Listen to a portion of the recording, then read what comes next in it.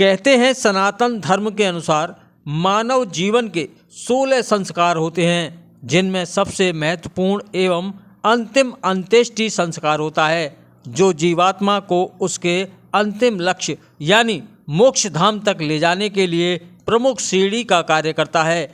शास्त्रों की माने तो जिस व्यक्ति का अंतिम संस्कार विधि विधान एवं कुशल तरीके से न हो पाया हो, उस जीव की आत्मा न केवल मोक्ष से वंचित रहती है, बल्कि उसे विभिन्न प्रकार की दुखदायी योनियों में भटकना पड़ता है। समाज में प्रचलित प्रथाओं के अनुसार आपने देखा होगा कि अंतिम संस्कार के समय दुश्मन भी मृत शरीर के साथ मोक्ष धाम तक चले जाते हैं।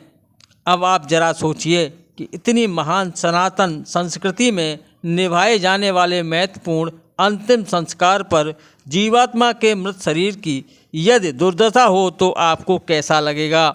अब आप न केवल मृत आत्मा के बारे में सोचें, बल्कि व्यक्तियों के बारे में भी सोचिए जो जीवात्मा की मृत्यु शरीर की हो रही है दुर्दशा के जिम्मेदार हैं। सोचिए, आप किसी जीवात्मा के मृत शरीर का अंतिम संस्कार करते हैं और आपको पता चले कि जिस शव का आपने अंतिम संस्कार किया है उसे कुत्ते नोच नोच कर खा रहे हैं, वह भी आधी जलती हुई चिता से निकालकर।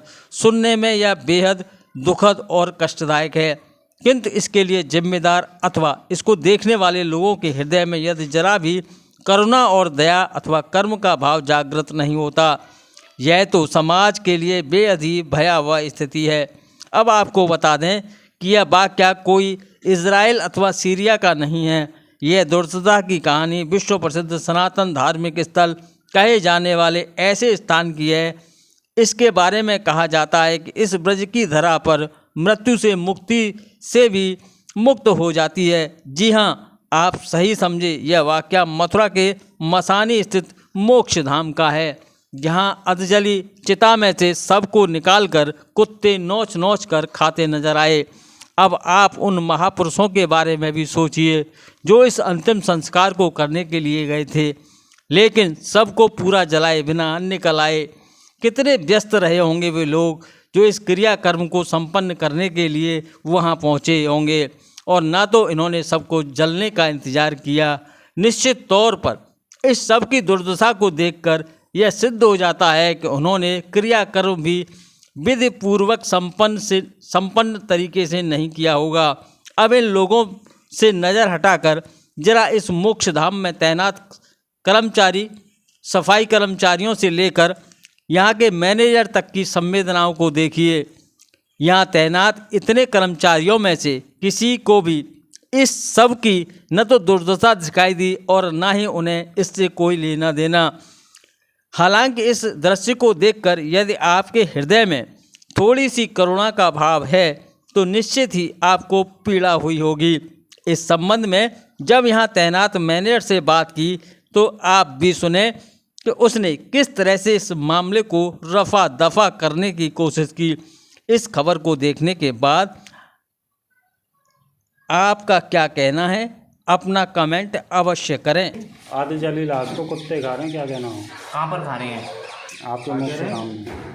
ऐसा तो नहीं है यहाँ पर, आपके मुंह से पहली बार सुन रहा हूँ मैं इस बात को। तो मैं आपको अभी वीडियो भी दिखाऊंगा और साक्षात ले जाके भी दिखाऊंगा। नहीं दिखाओ, चलो मैं आपके साथ में चलता हूँ। ऐसी कौन सी जगह पर कुत्ते जली लाश को खा रहे हैं, आप मुझे भी दिखाइए इस बात को।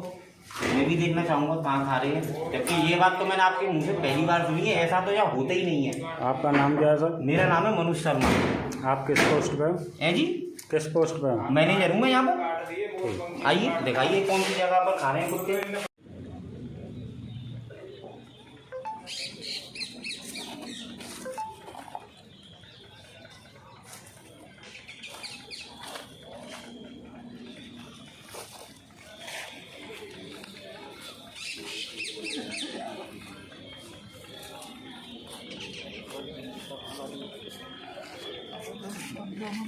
अब बताइए मनोज शर्मा जी, आपका क्या कहना है? बोला है मैंने कर्मचारी की, क्या कारण है ऐसा जो कि यहाँ पे ये टुकड़ा पड़ा हुआ है छोटा सा। मैंने बोला आए हैं, अभी मालूम पड़ जाएगी क्या कारण है।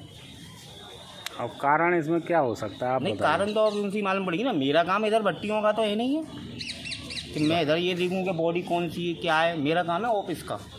मगर कर्मचारी जो यहाँ रहते हैं मैं उनको बुलवा रहा हूँ, उनसे पूछता हूँ क्या कारण है जो कि ऐसा हो रहा है।